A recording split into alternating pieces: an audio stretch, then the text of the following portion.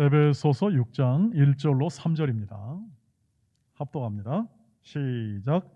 자녀들아, 주 안에서 너희 부모에게 순종하라. 이것이 옳으니라. 내 아버지와 어머니를 공경하라. 이것은 약속이 있는 첫 계명이니 이로써 내가 잘되고 땅에서 장수하리라. 아멘. 할렐루야. 예. 이렇게 우리 함께 또 만나서 찬양하고 경배하며 말씀을 나누게 되었습니다. 오늘 그 찬양 가사가 아주 참 좋습니다. 찬양은 곡조 있는 기도 이렇게 표현해서 우리가 그 찬양을 할 때 가사를 차근차근 이렇게 차근차근 생각하면서 할 때 가장 깊게 우리의 신앙 고백이 들어 생각하는데, 우리가 받았던 하나님의 선물, 세상이 알 수 없는 하나님의 선물, 하나님의 자녀로 살아가는 기쁨, 감사. 이거 굉장한 메시지인데요, 여러분. 그 메시지를 여러분이 이 말씀을 통해서 계속 확인해 갔으면 좋겠다 생각이 들고, 기본적으로 제가 이렇게 그 설교 방향이 기본적으로 뭐냐하면 하나님의 말씀의 다스림을 받는 청년들입니다. 말씀의 다스림, 즉 이 세상이 주는 모든 가치와 가르침이 여러분을 계속 이렇게 여러분의 그 삶 속에서 계속 전해지게 될 겁니다.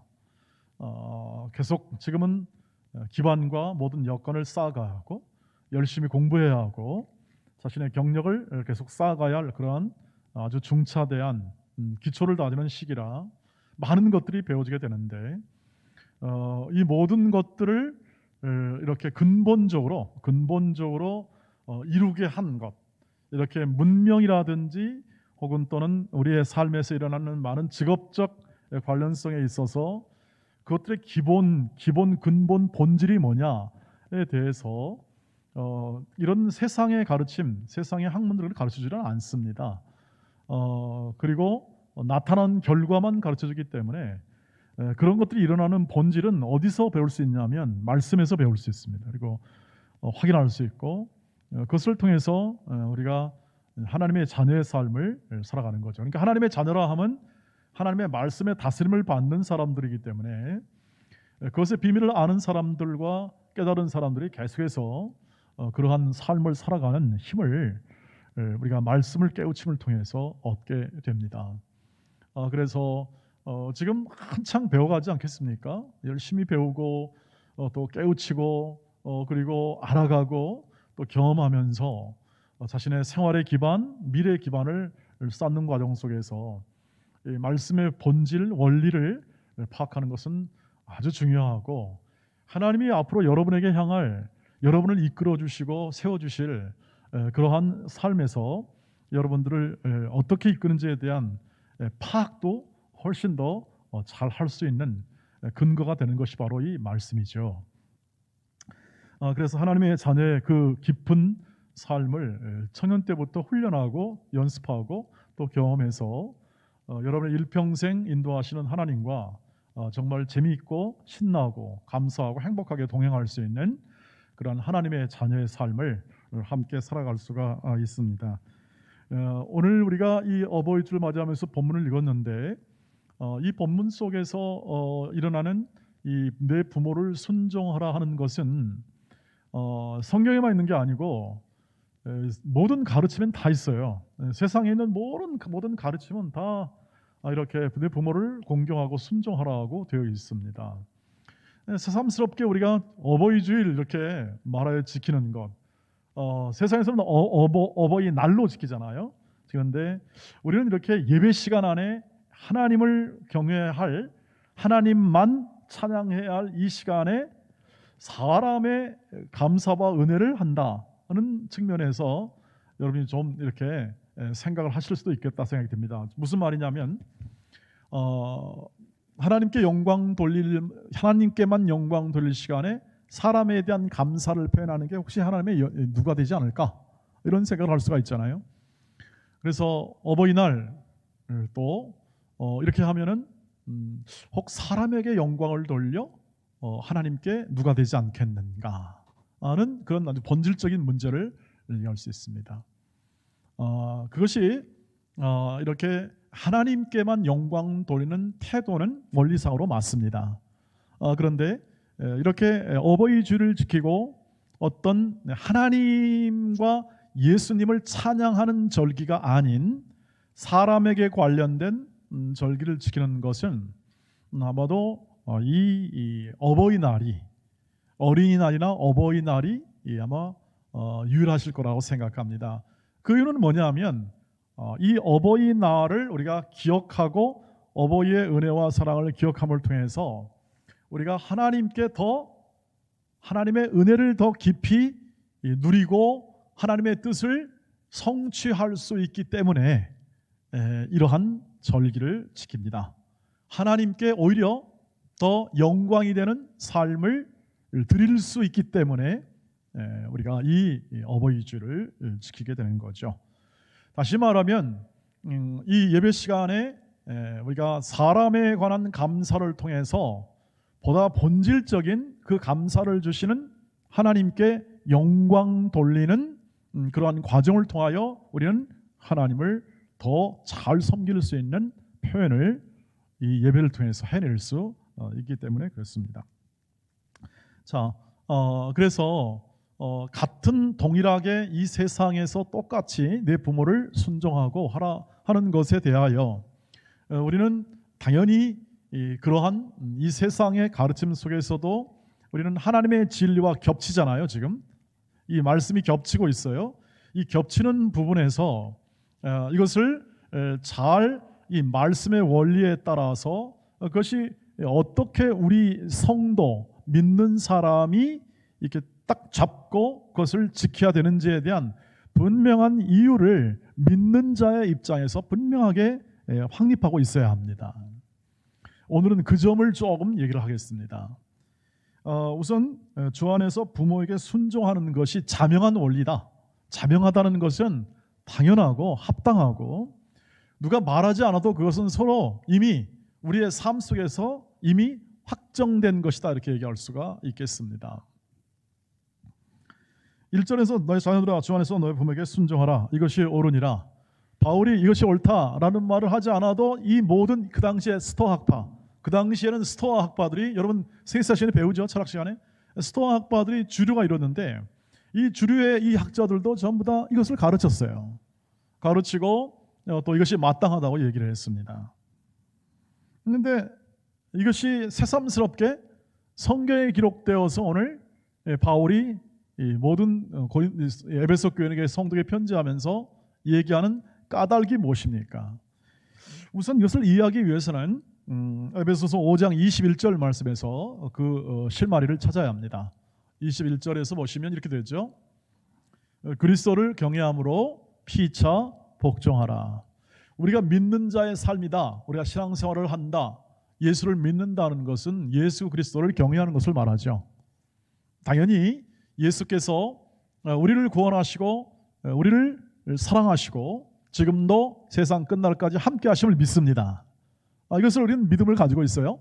그런데 이 믿음 속에서 예수 그리스도를 경외한다는 것은 뭐냐면 그분을 사랑하고 그분만으로 우리의 삶의 근거를 삼고 그분의 다스림 안에서, 인도함 안에서 우리 인생을 만들어간다는 확신을 말합니다.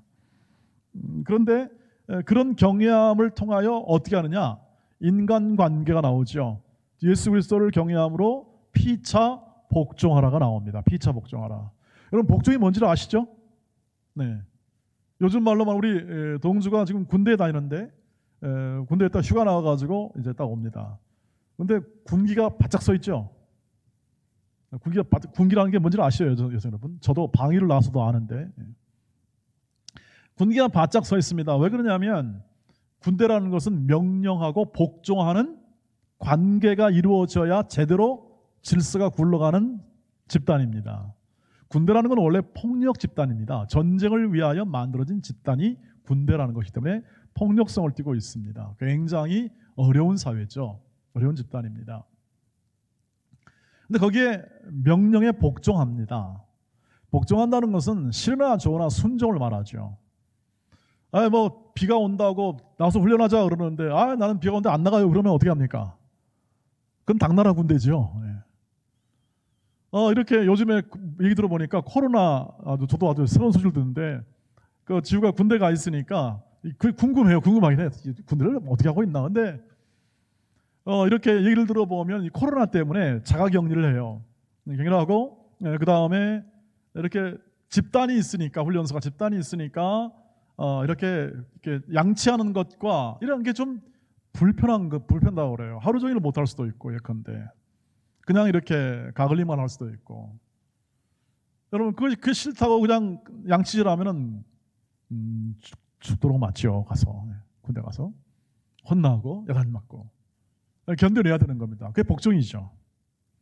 그런 그 명령에 순종하는 것이 복종이라고 얘기할 수 있습니다. 내가 원하든 원하지 않든 그렇게 질서화되어 있고 권위화되어 있는 우리는 사회 속에서 이런 군대 생활을 한다는 것을 알 수 있고, 우리 사회생활 속에서도 모든 게 이러한 어떤 권위나 어떤 질서 속에 우리는 살아가고 있음을 알 수가 있습니다. 그래서 이 복종 그러면 사람들이 좋아하지 않습니다. 여러분 싫은데 어떻게 얘기해 순종하겠어요? 싫은데. 그런데 말씀은 뭐라고 그래요? 예수 그리스도를 경외함으로 피차 서로 복종하라고 그래요. 그럼 복종하는 게 뭐냐에 대해서 성경이 이렇게 얘기해요. 우선 부부가 서로 복종하자고 그래요. 피차 복종은 뭐냐면 아내가 남편에게 순종하는 것과 남편이 아내를 사랑하는 것이 복종이라고 표현해요. 관계가. 결혼하신 분들은 주의 깊게 들어보세요. 남편이 아내를 사랑하고 아내가 남편을 순종하는 것을 피차 복종이라고 설명해요. 이것은 원리는 어디서 나오냐 하면 교회는 머리 대신 예수에게 복종합니다. 순종합니다. 머리 대신 예수 그리스도는 교회를 사랑합니다. 원리예요. 자, 이렇게 해서 교회의 원형, 머리 대신 예수님의 교회를 사랑하고 교회는 예수 그리스도를 사랑하는 그 원리에 따라 그 원리가 부부에게로 들어옵니다. 부부가 서로 사랑하고 순종함을 통해서 예수의 사랑을 표현해줘요. 예수의 다스림을 표현해주고 예수께서 인도하심을 표현해줘요. 그러니까 성경은 남편을 머리로 삼습니다. 성경의 정신은 그 다음에 아내를 어떻게 합니까? 돕는 자로 표현하여 하나가 되게 합니다. 하나가 뗄래야 뗄 수 없는 관계로. 그 다음에 부모와 자녀가 어떻게 합니까? 그 다음에는 부부가 먼저 만들어진 다음에 가정에서 부모와 자녀가 항상 순종을 먼저 얘기합니다. 성경은. 그래서 자녀가 부모들에게 순종하라. 오늘 나온 말씀이에요. 그 다음 뒤에는 부모들에게 얘기합니다. 부모들아 자녀를 노엽게 하지 말고 주의 교양과 훈계로 양육하라. 이렇게 나옵니다.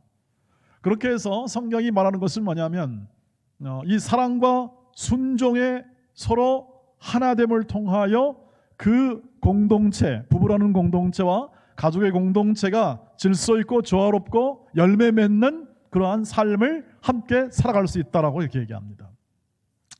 그것이 나중에 성경이 계속 보면은 그 다음에 부모와 자녀를 얘기한 다음에 어디로 가냐면 그 당시의 직업 세계예요.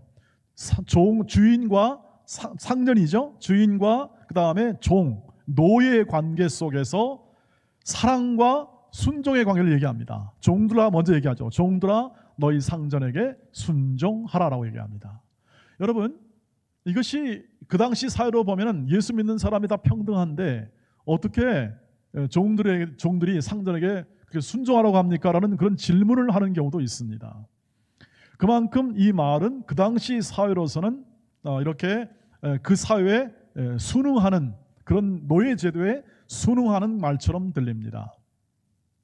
그런데 상전 보고 뭐라 그럽니까? 상전들아 네 위에 하나님이 계시다. 종들을 존중하고 예수 그리스도를 경외함으로 그들을 사랑하라 이렇게 얘기합니다. 그러니까 오늘날로 말하면 사장아 아니면 사원들아 네 회사 사장을 어떻게 하라? 순종해라. 사장들아, 네가 머리 꼭대기는 얻는 것이지만 네 머리 꼭대기에는 내가 있다. 하나님이 계시다. 하나님의 그 사랑을 종들에게 베풀어라. 사원들에게 베풀어라. 이런 개념과 비슷하다는 거죠.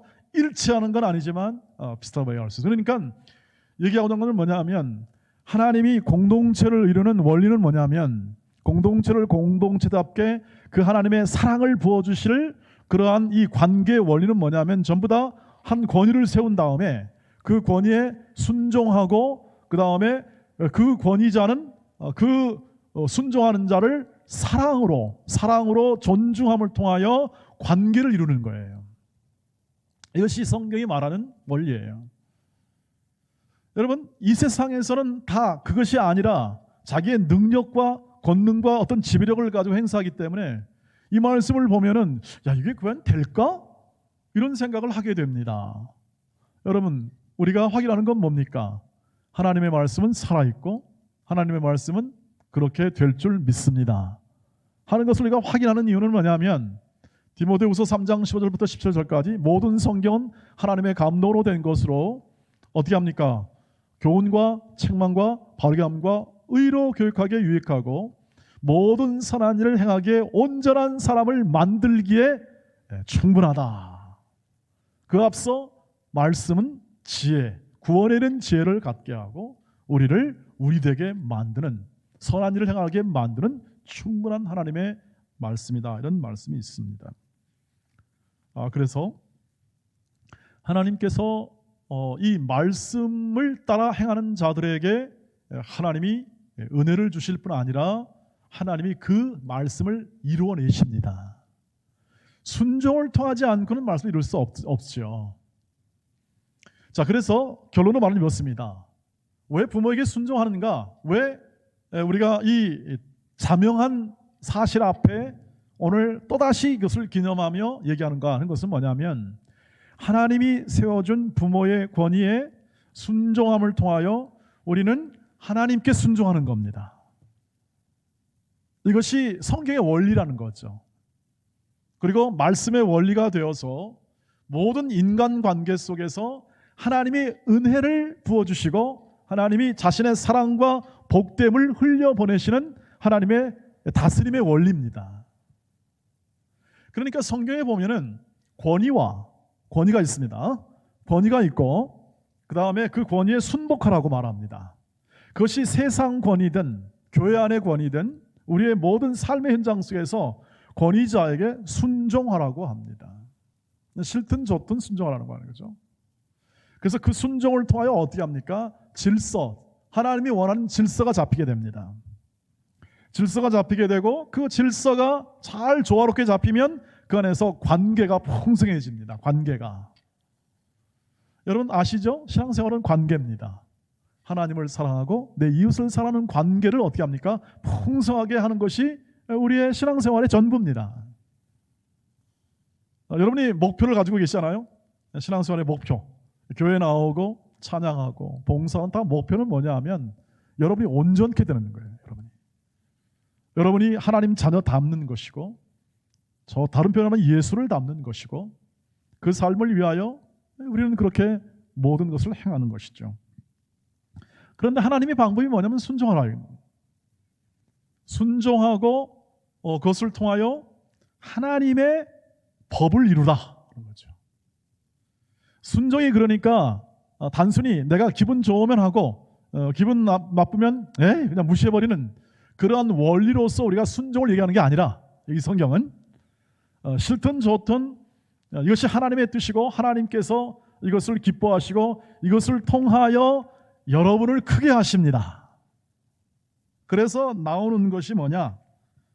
바로 부모의 권위에 순종할 때 가정의 모든 화평이 이루어지게 되고 그 화평의 질서 속에서 모든 하나님이 원하시는 바람직한 모든 성장과 성숙과 그리고 하나님이 기뻐하는 복됨이 그 안에서 이루어지더라 하는 것이죠. 세상은 그래서 세상은 그래서 그렇게 가르치지 않습니다. 다르게 가르치죠. 세상은 지금 퍼스트 모더니즘이죠. 지금 퍼스트 모더니즘에서 지금 후기 현대 사회예요. 사람의 이성이 극도로 발달해가지고 내가 이성으로 모두 살 수 있다고 해요.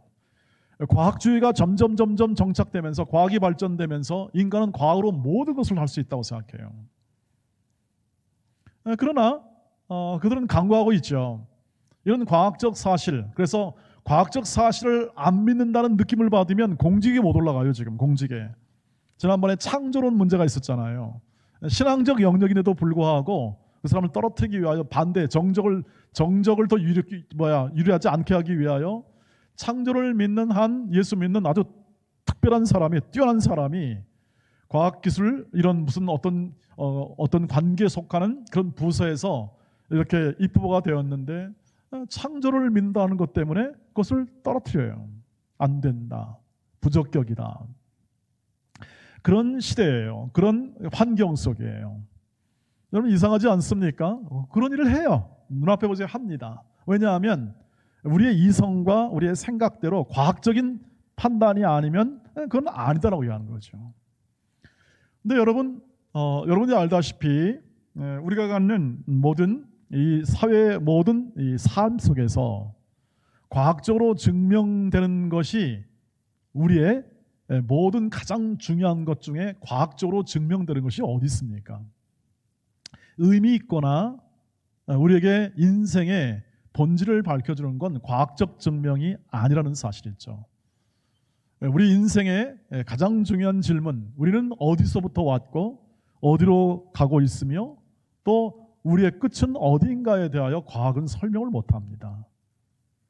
그냥 아무것도 아닐 거다.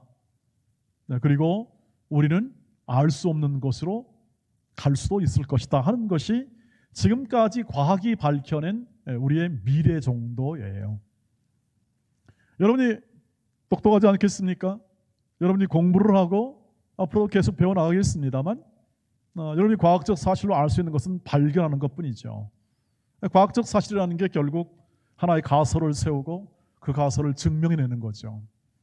여러 실험과 통계와 데이터를 통해서 증명해내는 겁니다. 그러나 그 안에 수많은 오류가 발견되고 그 오류 속에서 그것을 해결하느라고 시간을 보내죠. 어떤 사람은 모기 뒷다리 연구하느라고 일평생을 보냅니다. 모기 뒷다리 연구하느라고. 어떤 사람은 이런 사람도 있어요. 아주 유명한 학자인데 도대체 인간의 끝이 어디냐? 끝이 어디냐? 모르겠다. 이 답을 얻기 위해서 연구한답니다. 모르겠다. 네. 아니 그걸 왜 연구하죠? 아니 그건 연구하지 않아도 우리는 이미 성경에 다 게시되어 있어서 아는데 실제로 그렇습니다. 철학자들의 많은 사람들이, 무신론자들의 많은 사람들이 그걸 연구해요. 인간이 어디로 왔느냐? 인간이 복잡한 존재다. 그거 알려고. 인간이 복잡한 존재다. 여러분 성경은 이미 다 계시해 놓았잖아요. 인간이 어떤 존재냐. 수많은 인간론에 대한 이 부분이 풍성하지 않습니까? 근데 그걸 연구하겠다고 일평생을 보냅니다. 또 그거 일부분 또 연구했어요. 그래서 그것을 밝혀냈다고 또 어떻게 하죠? 그것을 가지고 와 대학자다 그렇게 얘기합니다. 멋있다. 그렇죠? 예. 인간이 하는 일이 하나님의 견조 볼 때, 하나님의 지혜와 능력을 볼 때 인간이 하는 일들은 전부 다 발견하는 것 정도일 것입니다. 하나님이 만들어놓은 피조 세계, 창조의 세계 속에서 인간이 문명을 건설하고 열심히 하고 해도 하나님 앞에서 보면은 그것은 곧 바벨탑을 쌓는 것이고 그것이 유용하게 쓰이면 괜찮은데 원자력을 발전해 놓고 결국 핵폭탄을 만들어 그것 때문에 불안하게 떠는 것이 지금 우리고 뭐 이렇게 북한을 우리가 힘들게 하는가? 북한도 결국 핵폭탄 아니겠습니까? 저게 있다고 저렇게 지금 해결해야 된다고 하지 않습니까? 참 아이러니죠. 점점 이게 삶을 살아갈수록 이런 모순 덩어리 안에 우리의 삶을 발견하게 됩니다. 우리가 발견하고 궁구하고 연구하는데 그것이 어디로 향하는지에 대해서 방향이 없으니까 열심히 해보는데 나중에 다 연구하고 보니까 겨우 그거 한 점 잡고 내 일평생을 보냈다는 거죠. 근데 왜 포기 안 합니까? 내 인생이 아까워서 포기 안 하는 겁니다. 여러분 아까워서. 그 사람이 잘못 살았다 그 말이 아니라 인간이 가지는 한계가 그렇다는 것이죠. 제가 이 얘기를 하는 것은 우리가 예수 믿는 사람이 잘났다 그 뜻이 아니라 여러분이 하나님의 말씀을 제대로 알고 하나님의 말씀이 깊이 넓이 이 하나님의 계시된 말씀을 더 깊이 알면 알수록 인간이 벌여놓은 일들이 얼마나 작은 것이고 험한 것을 알 수 있다는 것을 얘기합니다. 그래서 사람들은 이 세상은 자기 마음대로 행합니다. 왜냐하면 하나님이 안 계시기 때문에 자기 뜻대로 행할 수밖에 없는 것이 우리 인간의 운명입니다. 그 결과 어떻습니까? 로마서 1장 30절 보시길 바랍니다. 로마서 30절 이렇게 되어 있습니다. 비방하는 자요 하나님께서 미워하시는 자요 능욕하는 자요 교만한 자요 자랑하는 자요 악을 도모하는 자요 부모를 어떻게 합니까? 거역하는 자요. 여기에 지금 부모를 거역하다 불순종한다는 것이 함께 겹쳐 나와 있습니다. 뭘로 겹쳐 나옵니까? 교만, 자랑, 악을 도모하는 것. 이것이 다 뭡니까? 하나님을 마음에 두기 싫어하는 사람들의 나타나는 행동이에요. 그러니까 부모에게 순종하라는 것은 즉 다시 말하면 거꾸로 말하면 부모에게 불순종한다는 것은 악을 행하는 것과 같아요. 악을. 그래서 거역하지 말라 하는 것이죠. 디모데후서 3장 1절로 2절 우리 같이 한번 읽겠습니다. 디모데후서 3장 1절로 2절 시작. 시작. 너는 이것을 알라. 말세에 고통하는 때가 이르러 사람들이 자기를 사랑하며 돈을 사랑하며 자랑하며 교만하며 비방하며 부모를 거역하며 감사하지 아니하며 거룩하지 아니한다. 부모를 거역하는 것과 감사하지 않는 것과 거룩하지 않는 것에 대해서 병렬 구조로 놓아가지고 바울은 이런 부분에 대해서 말세 이렇게 예수를 안 믿고 자기 뜻대로 삶을 살고자 하는 사람들이 벌일 삶의 태도를 이렇게 얘기하죠. 그러므로 오늘 우리는 다음과 같은 명령형의 계명을 우리가 듣습니다. 2절 말씀 같이 읽겠습니다. 내 아버지와 어머니를 공경하라. 이것이 약속이 있는 첫 계명이니 이로써 내가 잘되고 땅에서 장수할 거다. 이렇게 나오게 되는 겁니다. 왜 계명을 줍니까? 여러분 우리 젊은 시절 때는 계명 어떤 규칙 이건 굉장히 원하지 않습니다. 저도 비교적 자유스럽게 살았습니다. 지금까지 공부하는 것과 가르치는 것에 비교적 자유스럽게 살고 규칙의 메인 이렇게 자꾸 틀의 메인 쪽으로 사는 것보다 훨씬 더 틀에 매이지 않는 쪽의 삶을 살아왔다고 생각하는데 하나님이 주신 계명은 하나님의 법체계며 하나님의 법으로 얘기합니다. 법을 어기면 어떻게 하죠? 법을 복종하지 않으면 처벌을 받게 됩니다. 실제로 이때는 그렇게 얘기합니다. 십계명을 어긴 자 그 상당한 처벌을 받게 되는 것으로 성경이 기록된 것은 그 이유는 뭐냐면 이것이 명령으로 주어져 그것을 지켜야만 하는 거다. 여러분 이런 말 들었어요? 닥치고 지켜라. 왜 그럴까요? 닥치고 지켜라.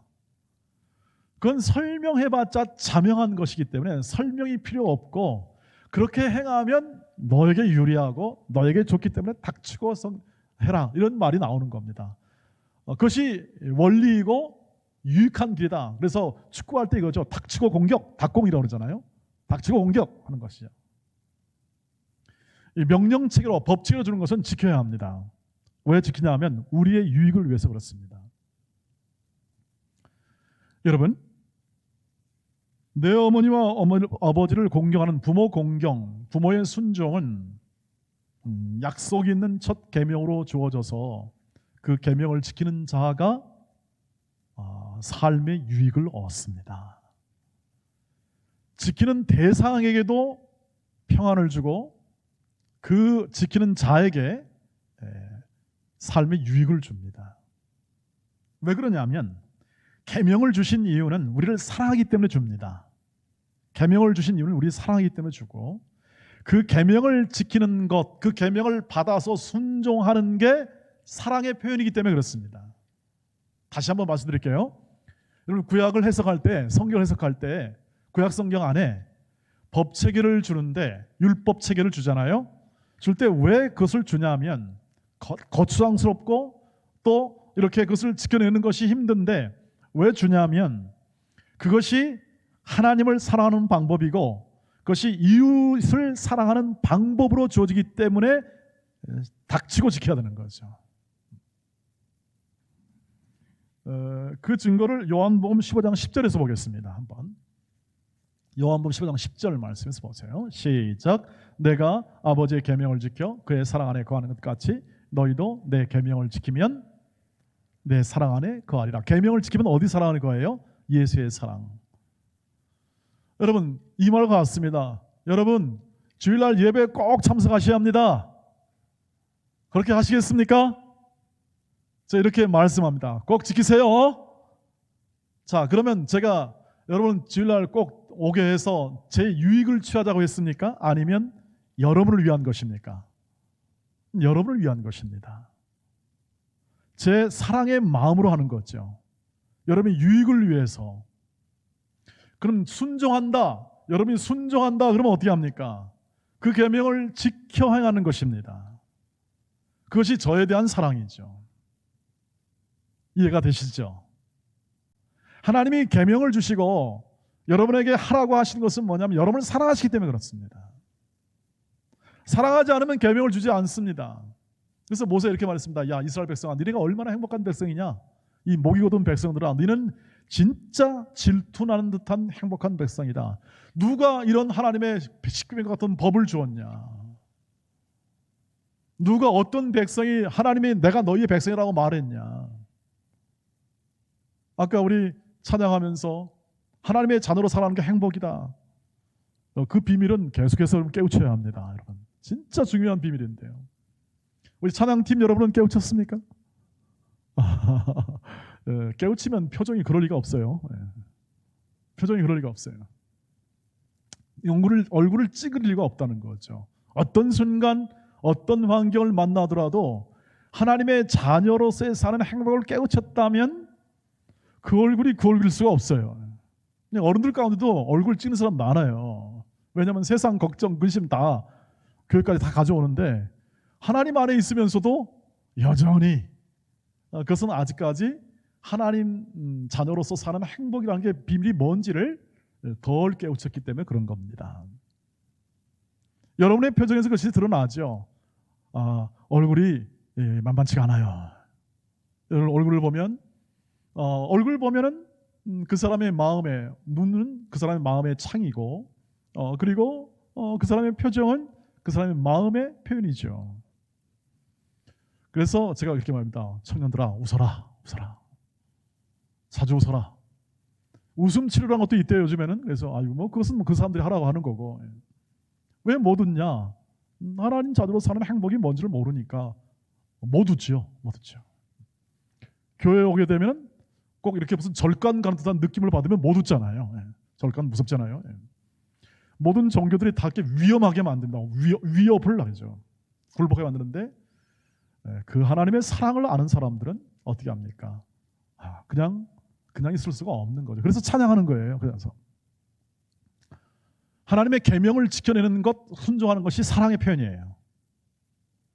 여러분이 부모에게 순종하는 게 그 사랑의 표현이에요. 사랑이 얼마나 있느냐에 대해서는 각자가 알아서 할 문제고 중요한 건 그 원리를 꼭 믿으시기를 바랍니다. 그것을 마음에 새기는 거죠. 그런데 그것을 적용할 때는 우리 일평생의 과정이 필요합니다. 일평생의 과정. 우리는 이제 결혼해서 부모가 되고 또 이제 자녀를 낳고 그런 과정을 거치게 될 겁니다. 그러면서 이 원리를 여러분의 삶 가운데 언제나 함께 하시기를 바랍니다. 그래서 결론입니다. 우리가 사랑하는 이유는 하나님의 말씀을 순종하고 하나님께서 주신 부모의 권위를 순종함을 통해서 하나님을 사랑하기 위해서입니다. 그리고 그 하나님의 사랑이 흘러넘칠 때 3절 이로써 내가 잘되고 땅에서 장수하게 될 겁니다. 이것은 뭐냐면 예수 믿는 효자 효녀가 오래 살 거다, 100살 200살 살 거다, 그 뜻만을 얘기하는 게 아닙니다. 일반적으로 효자 효녀가 오래 삽니다. 일반적으로 그건 통계적으로 그렇습니다. 여기서의 말씀의 핵심은 뭐냐면 하나님이 그 인생을 복되게 하겠다 뜻입니다. 하나님이 그 인생을 복되게 한다. 부모를 순종하면, 그 계명을 지켜내면, 그 말씀의 원리를 지켜낼 때 하나님이 그 인생을 복되게 할 거다. 왜 그럴까요? 여러분, 나이가 들 때까지 효심과 효도할 마음, 이 성경적 원리에 따른 이 순종의 마음을 갖는 자체가 복입니다. 그렇지 않겠습니까? 늙어 죽을 때까지 우리의 인생이 주의 사랑으로 가득 차고 그 계명을 지켜 행하는 즐거움을 알고 하나님 자녀의 즐거움을 알 수 있다면 그게 복이지 어떤 것이겠어요? 100살, 200살 사는 것만이 장수가 복인가요? 예수 안 믿으면 말짱 꽝인 거 아시죠? 예수 안 믿으면 허망한 인생이에요. 내 앞일을 알 수 없는, 뒷일을 알 수 없는 인생이 예수 안 믿는 인생이에요. 그래서 우울증에 걸린다고 말씀드렸죠. 우울증에. 은퇴하면, 남자들이 은퇴하면 우울증에 걸려요. 사회에서 내가 필요해서 열심히 일했는데 이제 은퇴한다면 필요가 없는 것 같아요. What I am, 나는 뭐야 도대체? 나는 뭐냐 도대체? 내 인생은 뭐냐? 답을 찾을 길이 없어요. 답을. 그러니까 우울한 거예요, 마음이. 예수 믿는 사람도 우울증에 걸려요. 왜요? 걱정하고 근심하니까. 답이 없는 것처럼 느끼니까. 그러나 해답을 발견할 기회가 우리에게 너무나 많아요. 매주일 말씀을 듣죠. 여러분, 이 말씀을 듣는 이 양이요, 절대 적은 게 아니에요. 이 세상 사람과 비교해 보세요. 그들은 어디서 이런 말씀을 들을까요? 들을 기회가 없죠. 세상의 모든 가르침과 배움 통해서, 일을 통해서 배우겠죠. 일, 여러분 그 다음 직업을 통해서. 네. 그러나 그것이 해답을 줄 수가 없다는 것을 알잖아요. 근데 우리는 매주일 한 30분씩 하나님의 말씀을 듣습니다. 역사학자 유발 하랄이라는 사람 알죠? 사피엔스죠. 이번에 세계에서 유명한 책을 지은 사람인데 그 사람이 뭐라고 그랬냐면 하루에 30분씩만 묵상하면 누구나 나처럼 될 수 있다, 이런 취지로 얘기를 했습니다. 세계적인 역사학자가 가장 많이 팔린 사람이죠.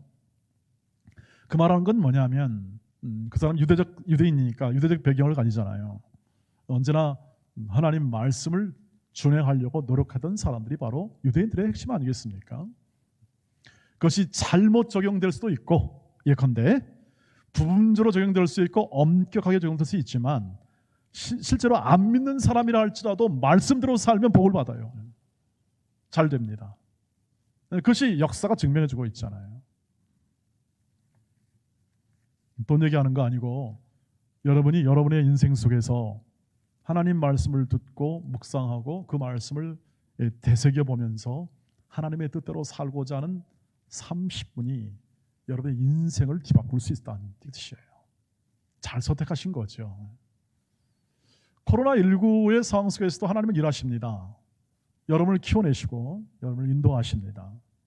그리고 말씀이 증거되고 이 성경적 원리가 올해도 부모를 공경하는 말씀이 증거된다는 것은 하나님이 인도하심을 여러분 삶 인생 가운데 중단하지 않고 계속 이어가신다는 하나님의 뜻으로 받기를 주의 이름으로 축복합니다.